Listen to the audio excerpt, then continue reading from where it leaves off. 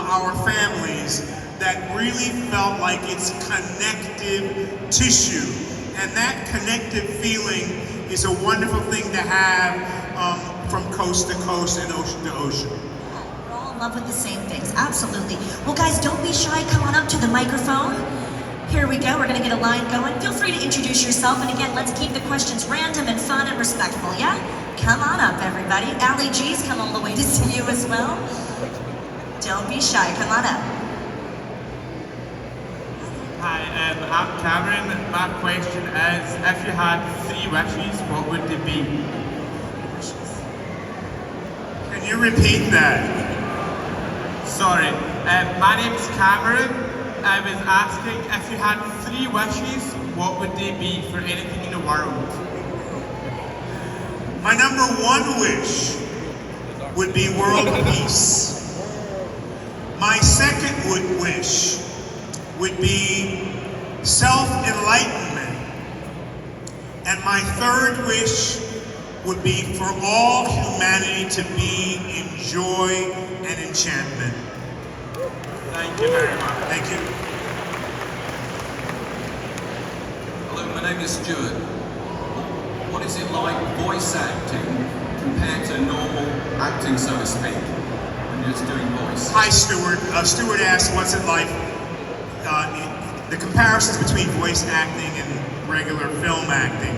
The difference is imagination. When I'm in a room talking to you, I can look and see all of your faces. When I'm acting in front of a camera, there's another actor and there's an interaction that happens.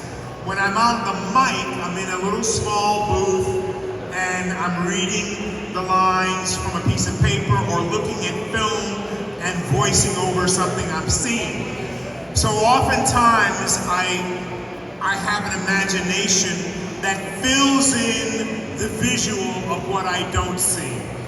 And it's a wonderful thing for me to do voice acting because it allows me and my imagination to have a visual. And we should all have that in life because that's what allows us to cultivate what we see. What you see can come true. Your dreams can come true. If you're able to see them, imagine them happening and taking place, and then doing something to have that happen. So for me, voice acting, I love being on the mic because it's like looking in the mirror. Some days I go, yeah, and other days I go, ugh. I mean, it's very much like that. On the microphone, when no one else is looking at me, I can do all kinds of things with my vocality that allows me to be in a different place, a different time, and in a different moment. Thank you very much, Giancarlo. You're welcome. Great question. Hello, Ali G. Hello, my name is Bailey.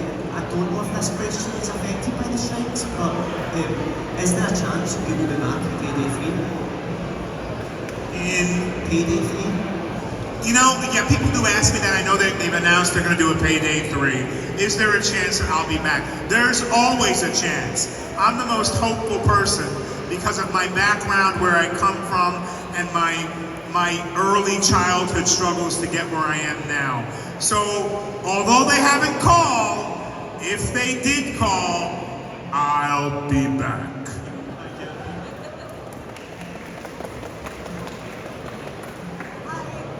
My question was, because you're such a sort of positive person and very sweet, how do you kind of tap into a more villainous side when you play some of those more evil type characters?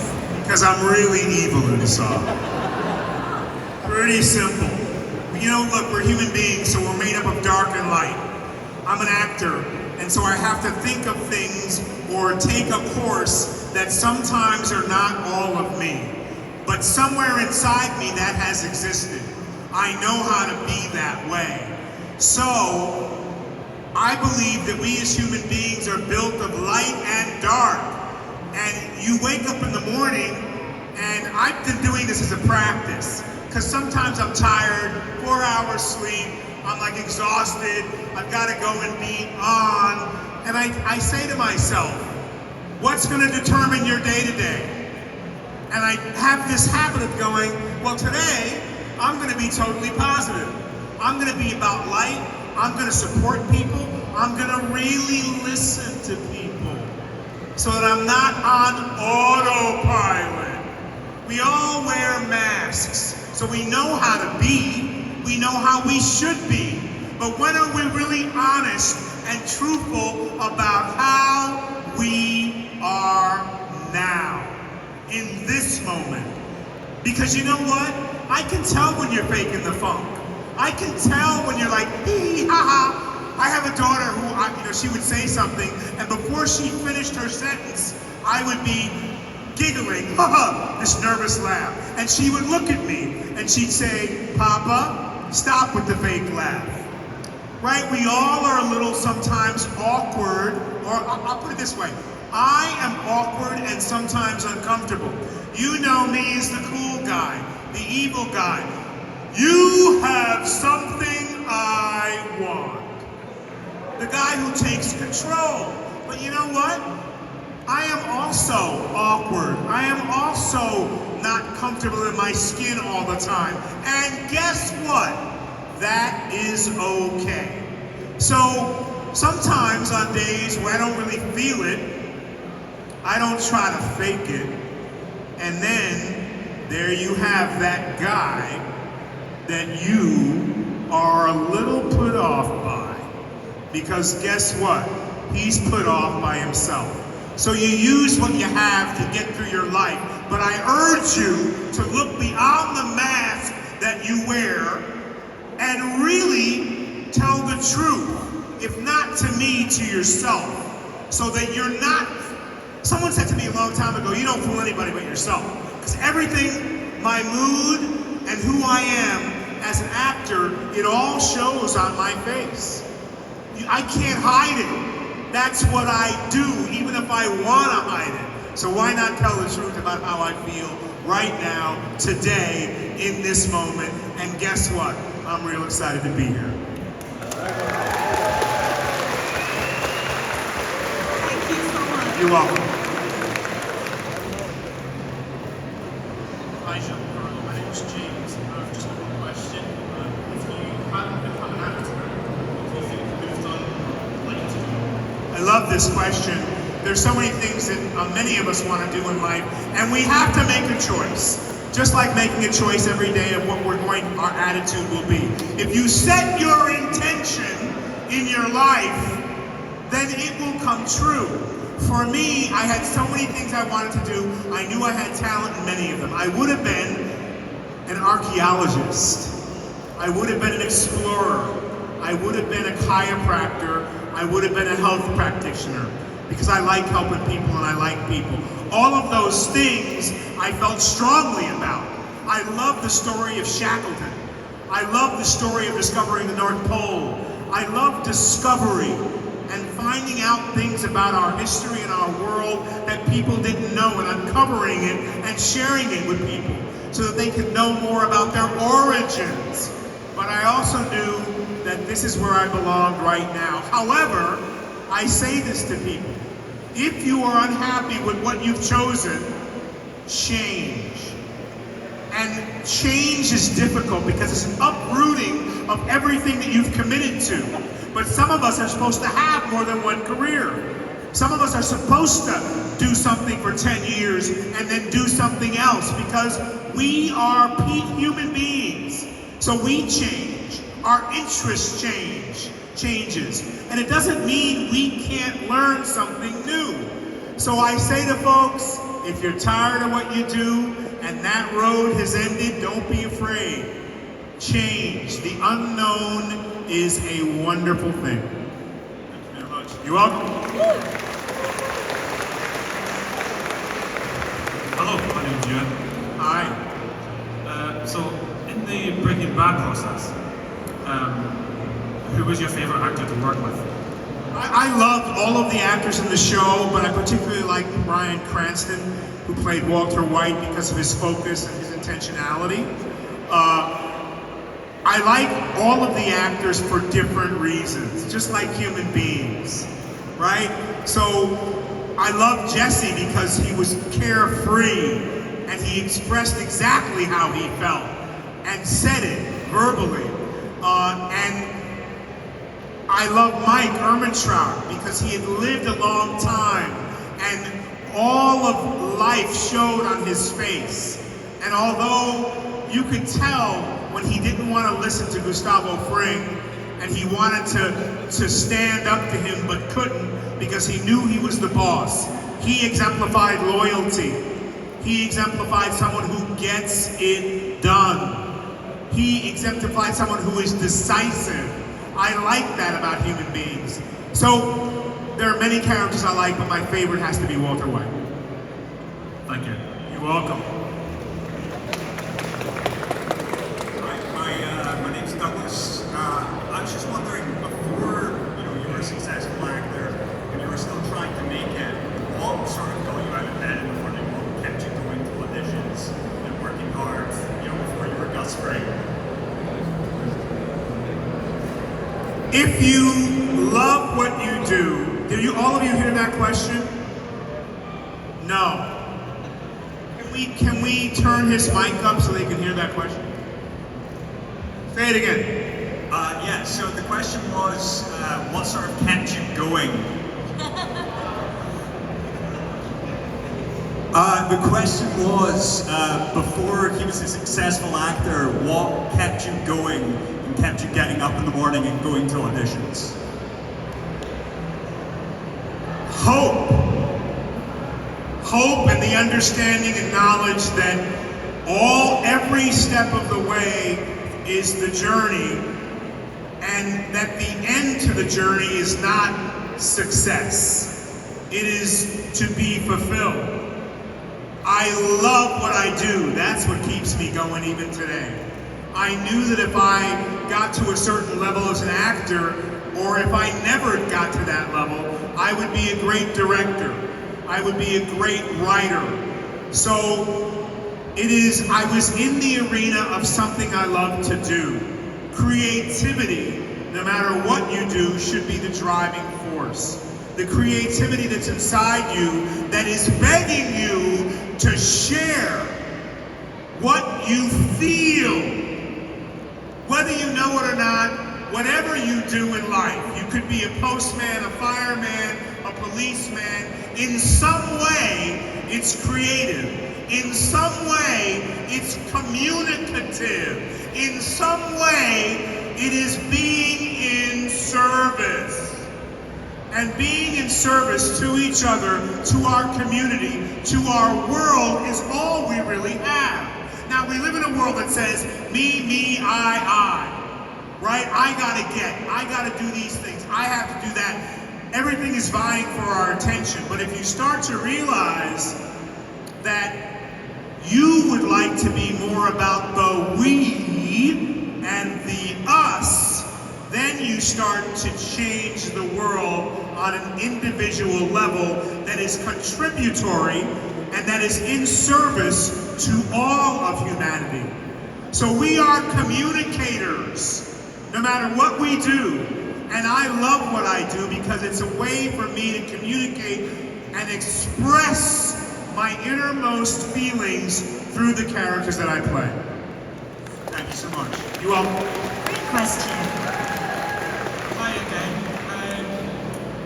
Just to ask, if you could swap lives with one of your characters or a character that you've worked with somebody and they've played, who would it be? If I could say... You could swap lives with any character you've played or any character that you've worked with. Oh my goodness. I would probably want to swap lives, well, with two characters. Two of my favorites are, and for different reasons, are Moff Gideon and Gustavo Fring. For me to be in the Star Wars universe, I feel like a child again, playing with really, really big scientific toys. The TIE Fighter, the Dark Saber. To me, that's a world that it really sparks my imagination. So I probably would want to swap lives with Moff Gideon because he's part genius, he's part scientist, he's part general, And he's, the biggest thing about him is he's a fallen hero. The anti-hero is just a hero who had all these ideas, but no one would listen to him. And then he got pissy, and when I'm just gonna make them listen to me. So I have compassion for him, right? But there's something about that in a way is genius if he had went about it in a different way. Look, you cannot lead unless you can follow. Dig this, right? Like sometimes you've got to allow yourself to be told what to do. I hate being told what to do. I hate listening. I hate authority. But that's my journey. Fall in line for a long time. And then maybe you will then be chosen to lead. But that creates character, discipline, sacrifice. All of those things are what allows us to become complete. Thanks for your question.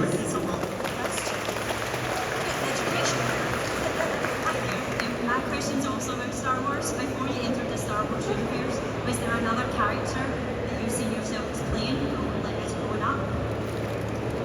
Growing up watching Star Wars, did you want to play any other character than who you've played? Yeah, you know, I watched the early Star Wars films because they were so true and so great.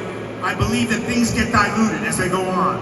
They still have some of their major influence that they came to the screen with, but sometimes they get a little watered down because you're in a way telling the same story differently, but not quite the same.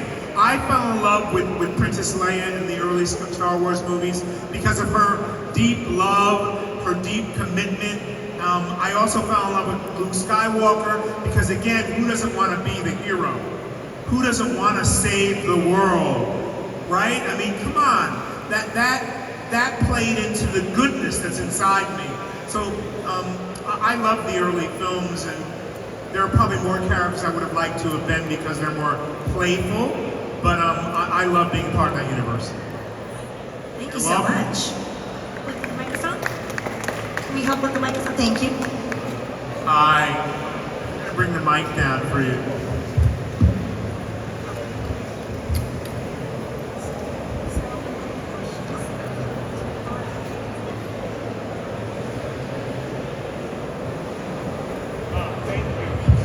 Thank you so much.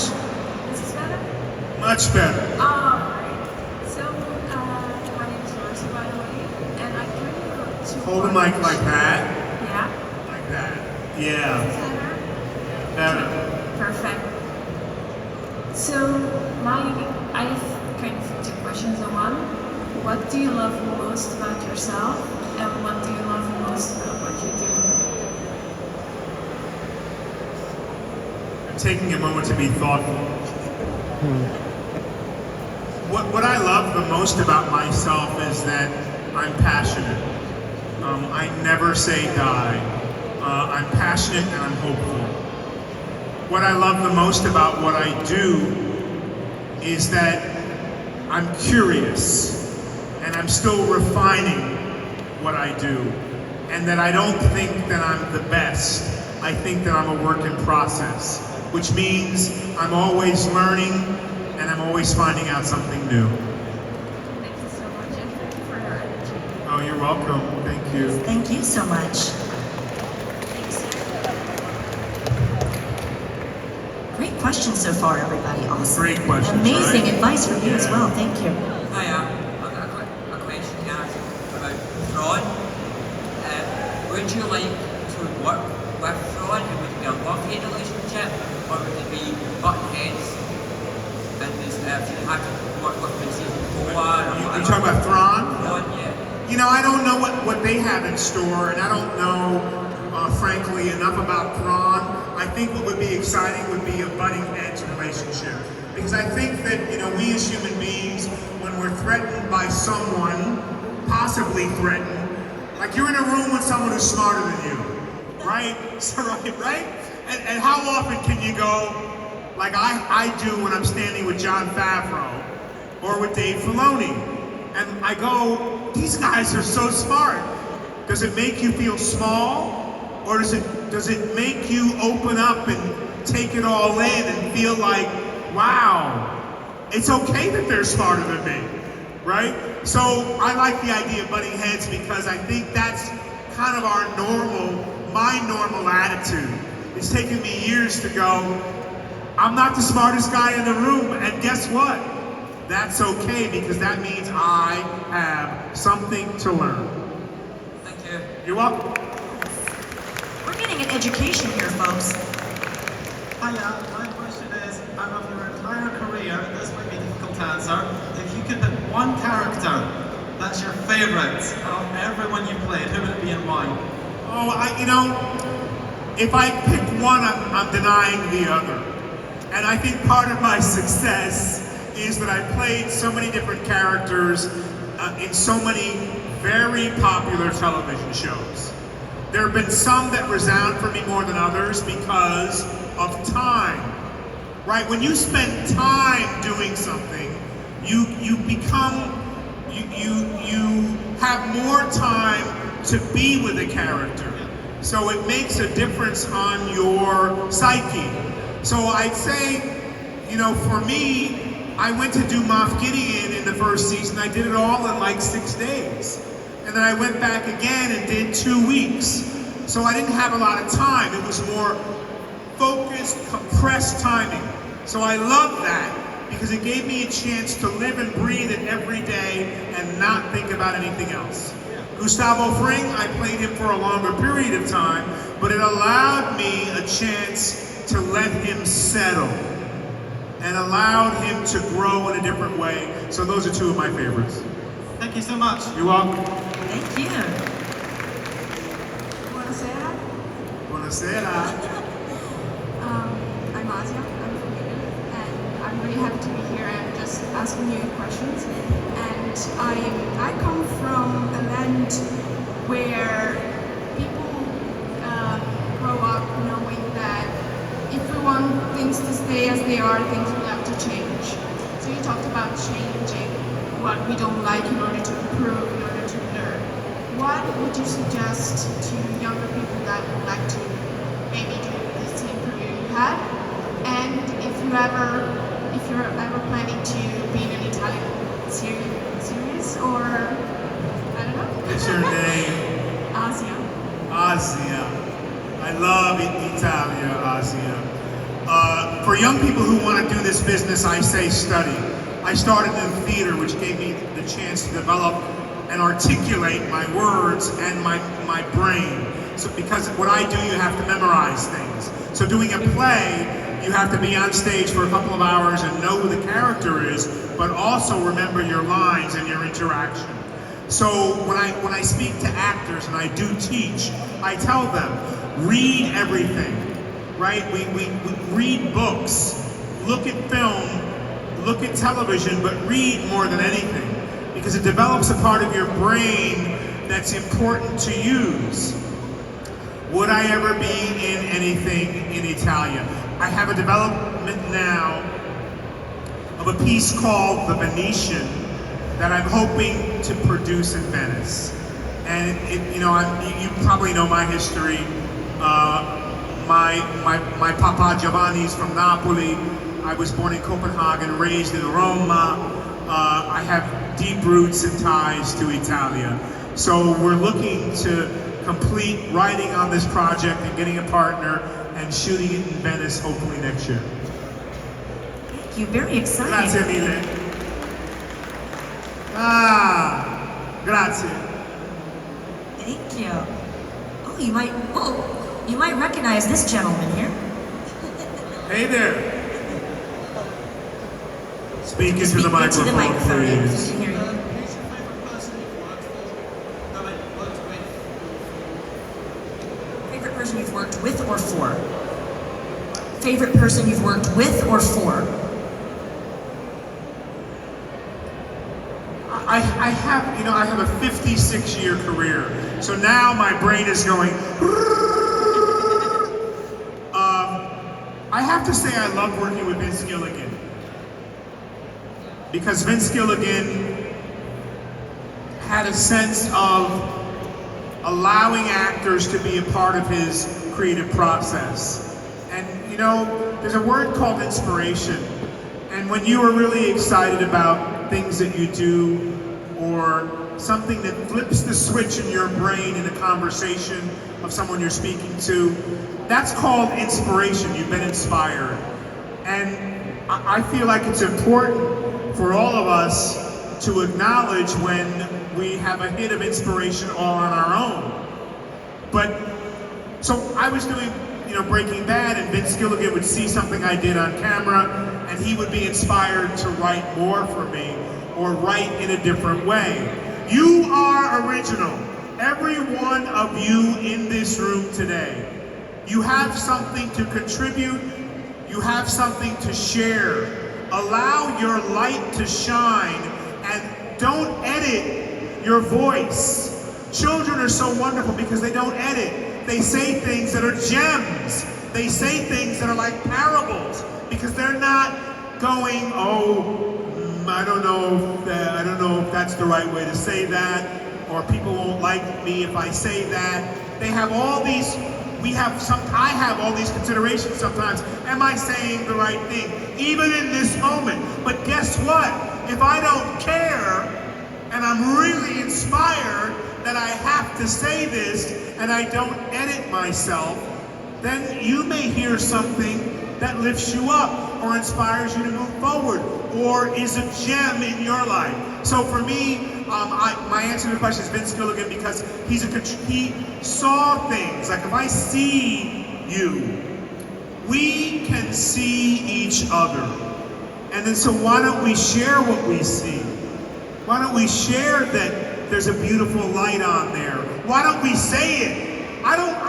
Look, yeah, it could be corny, but sometimes people need it. We need to hear from each other that we are more than just okay.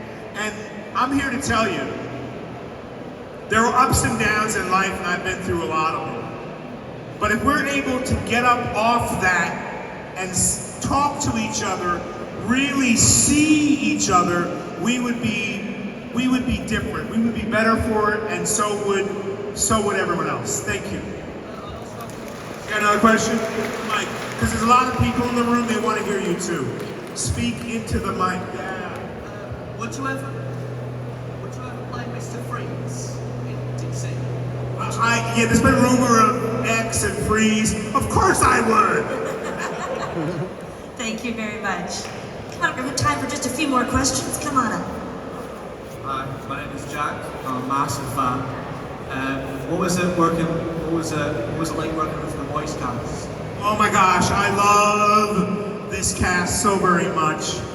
Great actors. I particularly had a lot of work to do with Anthony Starr. I feel like he's a masterful actor who engages and is a very exciting person to work with. So a lot of freedom there. Although we were expected to stick to our lines, a freedom of personality, an outrageous storyline. I love Eric Kripke, and I love controlling Homelander. You are not a god. You are simply bad product. Thank you so much. Love. Hiya. My question is before you became a successful actor, is there anyone that inspired you? I was inspired by baseball players because they hit the home run. I loved Hank Aaron, I love Mickey Mantle, I love Joe DiMaggio, I love Campanella, because there's something about the game of baseball that takes its time.